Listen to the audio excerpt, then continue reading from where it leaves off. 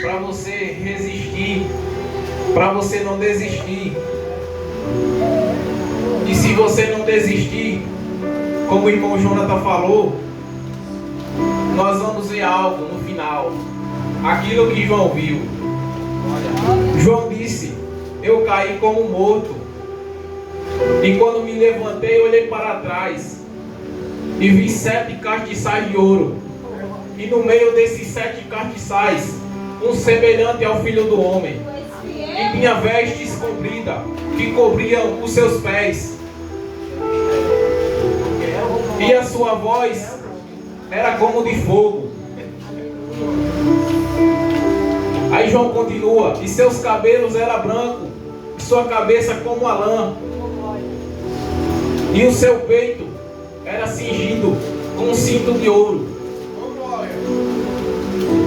E os seus pés semelhante ao latão reluzente, parecendo refinado numa fornalha. E sua voz era como águas, como o som de muitas águas. E a sua destra, João disse, que tinha 7 estrelas. E da sua boca saía uma espada aguda de 2 gumes. E o seu rosto brilhava mais do que o sol. É isso que nós vamos ver. Aquilo também que João viu na hora do selo, que João disse: eu vi um leão da tribo de Judá.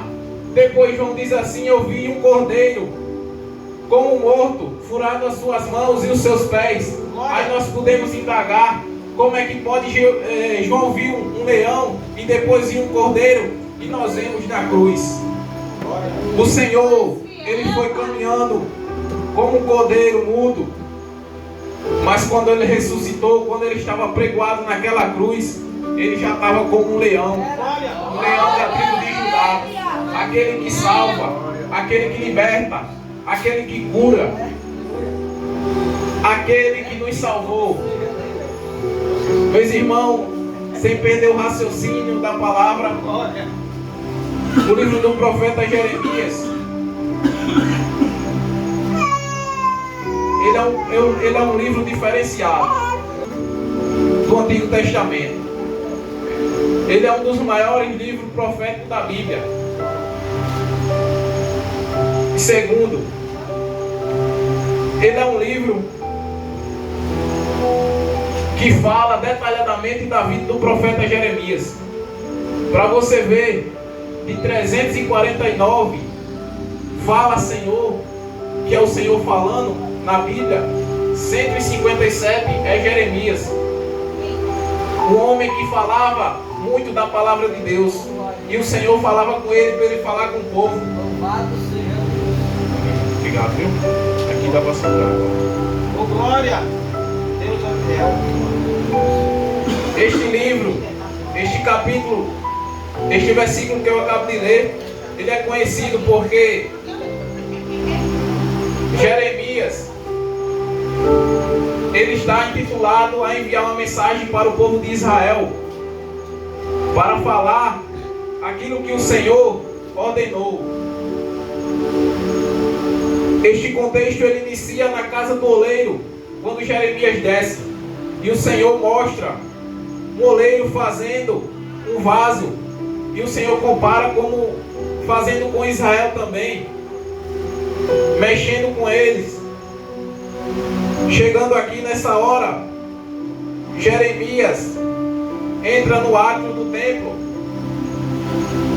e vai pregar uma palavra forte, que diz assim no capítulo 19, no verso 15, ele diz assim: assim diz o Senhor dos exércitos, o Deus de Israel: eis que trarei sobre esta cidade e sobre todas as suas cidades todo o mal que pronunciei contra ela.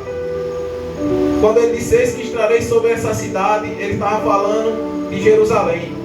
E todas as outras cidades ele estava falando das aldeias nas regiões por perto. Todo o mal que pronunciei contra ela, porquanto endureceram a sua cerviz, para não ouvirem as minhas palavras. O povo de Israel era muito teimoso. Deus falava, Deus levantava um rei,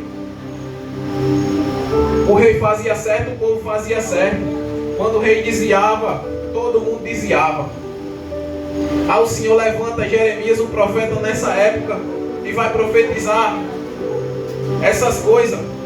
Aí levanta o governador do templo e prende Jeremias. Quando ele prende Jeremias em um tronco, a Bíblia vai dizer que este tronco, ele é um instrumento de tortura daquela época, onde a sua cabeça era ferrolhada, presa, e seus braços eram postos transversal. Jeremias passou 24 horas ali. Eu imagino Jeremias aquela noite inteira curvado daquela maneira, pensando o que já tinha pregado, o que já tinha feito.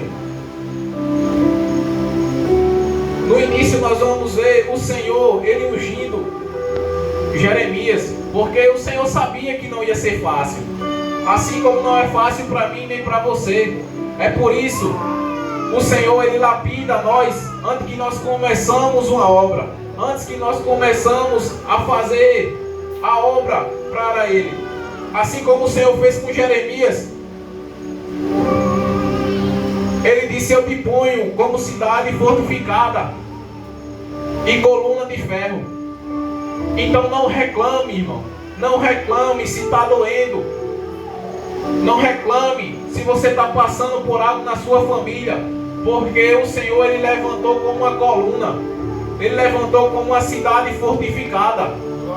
É você que tem que ir adiante na sua família. É você que tem que pregar para a sua família. Eu orei muito tempo pedindo assim: Senhor, levanta uma pessoa da minha família, Senhor. Levanta uma pessoa da minha família, porque eu quero saber que o Senhor está comigo. Eu quero saber, Senhor, se o Senhor está comigo mesmo. Levanta uma pessoa da minha família, converte ela, Senhor. Mas eu nunca imaginei